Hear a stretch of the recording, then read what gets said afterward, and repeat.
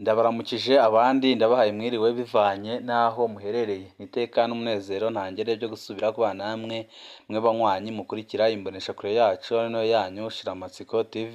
Ni imboneshakure imwe rudende dushikiriza inkuru n'ibiganiro utaronka ahandi. Uyu ni umwanya w'amakuru agezweko ari kuvugwa ngaha mu gihugu c'u Burundi. Tubibutse ko ino mboneshakure yacu ari no yanyu Shiramatsiko TV yibanda ku makuru aba ari kuvugwa cane gateka kazina muntu, aba ari kuvugwa mu butungane, aba ari kuvugwa mu cibano, aba ari kuvugwa mu mutekano, aba ari kuvugwa muri politike ndetse n'andi yose mutamenye mamwe nanyujijwe turatohoza maze tukabashikiriza ido n'ido. Nyuma yuko hamaze iminsi havugwa amakuru ateye ubwoba mu bijanye n'umutekano, hari amakuru menshi atandukanye tugiye kubashikiriza arabana n'umutekano ndetse n'ibindi biriko biravugwa mu bisata bitandukanye by'igihugu. Wipfuza kuzajya bamwambira bashirwa n'inkuru n'ibiganiro bene nk'ibi, ico usabwa nta kindi niba utaravyonda kuri sabone pyondaho kugira ngo ko dushizeho amakuru n'ibiganiro bene nk'ibi ujye uba uwa mbere mu gushikirwa nabyo. Umukuru w'umutumba Gisenyi muri komine Buhiga ari kumwe n'uwurongoye urwaruka rw'umugambwe ku butegetsi kuri uwo mutumba bari mu gasho ka komisariya y'igipolisi muri iyo ntara kuva ku mugoroba wo kuri uyu wa mbere. Amakuru ava mu Gisenyi akemeza n'abarongoye komine avuga ko bafashwe bagirizwa gutorokesha umugabo w'imyaka 40 yagirizwa ko yafashe ku ngufu umwana w'umukobwa w'imyaka 13 aho kuri uwo mutumba. Ico caha ngo coba cabaye ku mugoroba wo kuri uyu w'Imana. Umunyamabanga ntayegayezwa wa komine avuga uwagirizwa yafashwe acikirizwa izo ndongozi ku mutumba. Musitanteri ngo yaciye abasaba ko bamunyarukana ikarusi bamushikirize ababijejwe, ariko inyuma y'amasaha make yabwiwe ko uwo mugabo yatorotse, nk'uko Jean Bosco Bimenyimana abandanya abimenyesha. Ubushikiranganji bw'ubutungane buherutse kumenyesha ko mu mabohero 11 ari mu Burundi hariyo abapfungwa ibihumbi 12. Muri abo bafise imyaka yo gukora barenga ibihumbi 50. Muri abo afise imyaka yo gukora ni 53%. Ikegera c'umukuru w'igihugu ashikiriza ko igihugu gifise abapfunzwe benshi gihomba amafaranga n'abakozi bogiteje imbere. Nayo bamwe mu banyagihugu bo mu gisagara ca Bujumbura bavuga ko kurenganywa canke ubukene n'inzara arizo mvo nyamukuru zituma abantu bakora ibyaha bigatuma bapfungwa. Mwishirahamwe AVDP ryishinze guharanira agateka kazina muntu n'akabapfunzwe babona ko hari abashirizamanza bihutira gupfunga ukurikiranwa kandi ibyemezo bikenewe ko upfungwa by'agateganyo bidakwiye. Umukuru waryo avuga ko ari imwe mu mvo zituma amabohero arengerwa. Jean Pierre Ninteretse asigura ko umuntu yamaze gushika mu ibohero ashobora kumara umwanya munini atarumvirizwa. Kubwiwe ikibabaje ni uko hari n'abezwa n'ubutungane bagateba kurekurwa.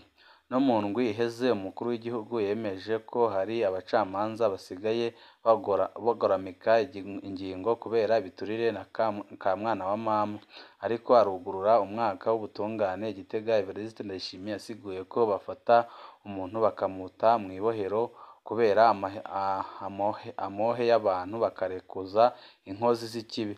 Nubwo biruko yavuze ko abacamanza beza bariho ariko ko bamaze kumirwa n'abacamanza babi ku buryo uca umengo bose nico kimwe, bose ni abacamanza babi. Nk'uko nyine mumaze iminsi munabyumva ko Perezida Evariste Ndayishimiye yidoga ko urwego rw'ubutungane rwapfuye ngaha mu gihugu c'u Burundi, ariko akaba ari ibintu biriko biribonekeza cane kuko hari abanyagihugu bariko barapfungwa ku karenganyo mu gihe abandi barangiza iminyororo yabo ariko ntibarekurwe, bikaboneka neza ko haba habayemwo igiturire na ka mwana wa mama. Ibyo mukuru w'igihugu yamiriza akavuga ko agiye kubiterura inyishu, ariko bikarangira n'ubundi nta gikozwe kuko kuva aho Perezida Evariste Ndayishimiye atanguriye kuvuga ko ubutungane bwapfuye ngaha mu gihugu c'u Burundi nta nyishu arigera bitorera, kandi biboneka ko yishinga kuvuga gusa ntagire ikintu na kimwe akora. Amakuru yacu tabandanirize mu ntara ya Rumonge aho wahoze ari umunyamabanga w'ibiro by'umugambwe CNDD-FDD muri komine Rumonge yarinjiye ibohero rikuru rya Rumonge benshi bita ku Murembwe kuri uyu wa mbere. Amakuru ava mu burongozi bw'uwo mugambwe mu ntara ya Rumonge avuga ko Gilbert Ndayambaje yagirizwa guturira impapuro zerekana uko intererano z'uwo mugambwe zagiye ziregeranywa muri komine. ni nyuma y'aho aboneye ko adatowe mu ndongozi z'umugambwe CNDD-FDD ziheruka gutorwa muri komine Rumonge hisunzwe indinganizo nshasha y'intara, amakomine n'imitumba. Tuvuye ngaho mu ntara ya Rumonge, amakuru yacu tabandanirize mu gisata kijanye n'uburimyi, aho umushikiranganji wa mbere Gervais Ndirakobuca yasohoye mu nama yongera ategeka umuyobozi w'ihinguriro FOMI kumuha itariki ntarengwa azotangirako ifumbire mu gihugu cose bitarenze umunsi umwe. Mu gihe umushikiranganji wa mbere Gervais Ndirakobuca batazira Ndakugarika yari aramutse agirisha inama indongozi zitandukanye zirabwa n'igisata c'uburimyi kugira ngo barabire hamwe uko umwaka w'impeshi wagenze mu mwaka wa 2023, umushikiranganji wa mbere Gervais Ndirakobuca yategetse umuyobozi w'ihinguriro FOMI kumuha itariki azotangirako ifumbire mu gihugu cose bitarenze umunsi umwe. Ibyo akaba yabimubwiye imbere y'uko amusohora mu nama yariko aragirisha hamwe n'abo bari kumwe bose baje bamuherekeje, amuhoye ko ariko aratanga insiguro zidafashe zatumye iryo hinguriro riteba gukwiza umwimbo ukenewe mu gihugu cose. Ariko umuyobozi Hernandez Manyange amaze kumenyesha umushikiranganji wa mbere ko ata matariki nyirizina yotanga na rirya ivyuma bidasezerana kandi ko yohava asanga yishize akagozi mw'izosi, umushikiranganji wa mbere akaba yahisemwo kumusohora muri iyo nama kandi aca amuha ikiringo c'umunsi umwe wo kuba yamushikirije ivyo biharuro. Atari uko naho hakazoca hafatwa izindi ngingo. Kubwa Gervais Ndirakobuca ngo uwo muyobozi yategerezwa kuba yaje muri iyo nama yategekanije itariki azotangirako iryo fumbire, ahubwo yaje kuza yapanze intambamyi aza gushikiriza mu nama. Kubwiwe ngo iyo abona afise izo ntambamyi yategerezwa kuba yarabimenyesheje ubushikiranganji bugira ngo barondere uwundi ashobora kuzana iyo fumbire n'ishwagara mu gihugu. Ariko murazi neza nyene ko ihinguriro FOMI rimaze iminsi ryibasiwe cane na Perezida Evariste Ndayishimiye, aho biboneka ko Perezida nabo bariko barakorana ariko barashaka kurifuta ku gataka k'u Burundi kugira ngo ihinguriro Perezida Evariste Ndayishimiye ariko arakora mu kinyengero ari ryo nyene rizagumana isoko ry'ifumbire ngaha mu gihugu c'u Burundi. Ariko ibyo byose bikaba biriko birakorwa muri ya ntumbero Perezida Evariste Ndayishimiye yihaye yo kurwanya abavuga ko bari mw'iragi ry'umuhisi Petero Nkurunziza na rirya nabo babona ko bagomba kumwikuraho byanze bikunze, aribwo bwoba buri mu banyagihugu babona ko isaha n'isaha ibara rishobora kugwa, kuko abo bari mw'iragi ry'umuhisi Petero Nkurunziza ari nabo bafise igihinguriro rya FOMI baravuga ko kugira ngo Perezida Evariste Ndayishimiye agomeze kubahombya kandi agumye no kubapfunga byanze bikunze bagomba kumutembagaza ku butegetsi. Tuve ngaho kuri iki gisata kirebana n'uburimyi, amakuru yacu tabandanirize ku bafatanywe ibiyayuramutwe bariko babizana mu gihugu. Abantu 5 bo muri komine Muyinga bafatanywe ibiro 125 by'urumogi none barapfunzwe. Abagabo bari bikoreye urwo rumogi bafatiwe muri komine n'intara ya Muyinga. Amakuru atandukanye yabajejwe umutekano yemeza ko abo bagabo bariko barabazwa n'igipolisi kugira ngo hamenyekane iyo bari bakuye iyo mizigo yabo naho bari bayijanye. Gushika ubu nyene nyiri uwo muzigo ntaramenyekana. Abajejwe intwaro mu ntara ya Muyinga bagahanura abenegihugu kwirinda no kurwanya ibiyayuramutwe kuko ari intandaro y'amabi atandukanye harimwo no guhungabanya umutekano w'igihugu. Igipolisi kikamenyesha ko hariko harakorwa amadosiye y'ubutungane kugira ngo bahanwe hisunzwe amategeko kuko nyine barakoze icyaha gikomeye cane kuko ntabwo byemewe kwinjirana ibiyayuramutwe mu gihugu.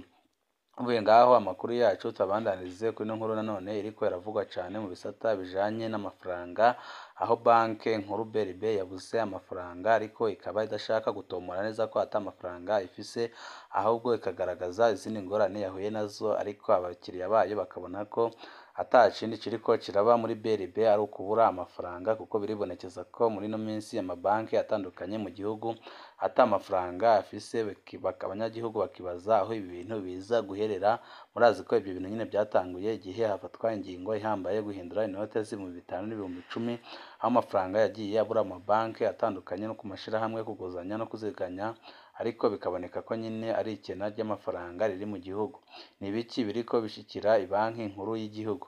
Abanyagihugu bariko bitura Ibanki Nkuru y'Igihugu BRB muri ino minsi bavuga ko batariko baroroherwa, babwirwa ko hari akagorane k'ubuhinga (problème technique connexion), bakabwirwa ko baba bagize ute bategereje.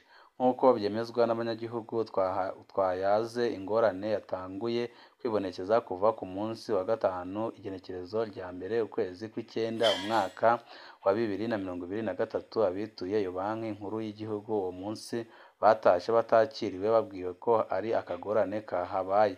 Ejo hahise ku munsi wa mbere nta munyagihugu n'umwe yinjiye indani muri BRB. Abakozi ba BRB bategerera ku muryango bakababwira ko bagaruka inyuma y'umutaga.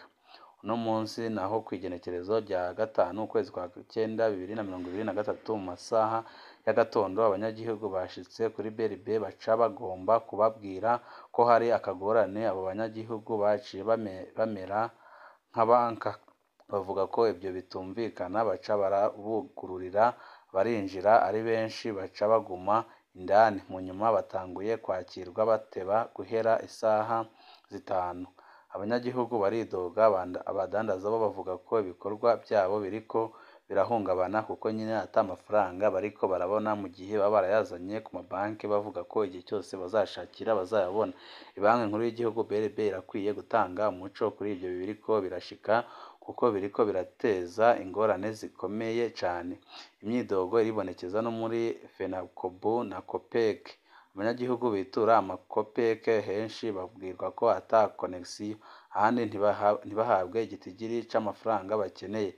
Nko muri COPEC Bwiza kuva mu gatondo batanguye kwakira abanyagihugu guhera isaha 4.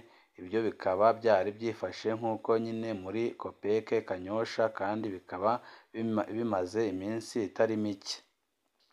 Abanyagihugu bafise amakenga ko hoba ari ingorane y'amafaranga make mu mabanki, bigatuma amabanki atavugisha ukuri mu kwitwaza ico kibazo ca connexion, mu gihe biboneka ko ata connexion ahubwo ari ikibazo c'amafaranga yababanye make. Wowe nk'umunyagihugu aho uherereye byifashe gute?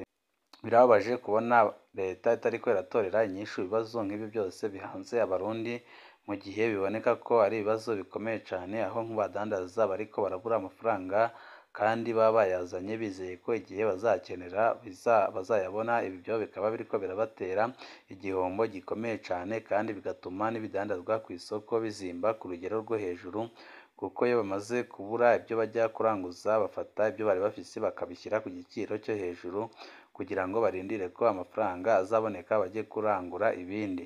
Hari amakuru menshi atandukanye tuba turiko turabatohoreza arabana n'umutekano cyane cyane, aho ariko haravugwa amakuru ateye ubwoba y'ibitero bigiye kubandanywa guterwa na Red Tabara ndetse n'abariko barakorana na Red Tabara muri ino minsi. Byose turaza kubashikiriza amakuru yacu, hanyuma wipfuza kuzajya baba mu mbere bashirwa n'inkuru n'ibiganiro bene nk'ibi. Icyo usabwa nta kindi, niba utarapyonda kuri sabone pyondaho kugira ngo ukoresheho amakuru n'ibiganiro ujye uba uwa mbere mu gushikirwa nabyo. Ibihe byiza nibyo ndabipfurije.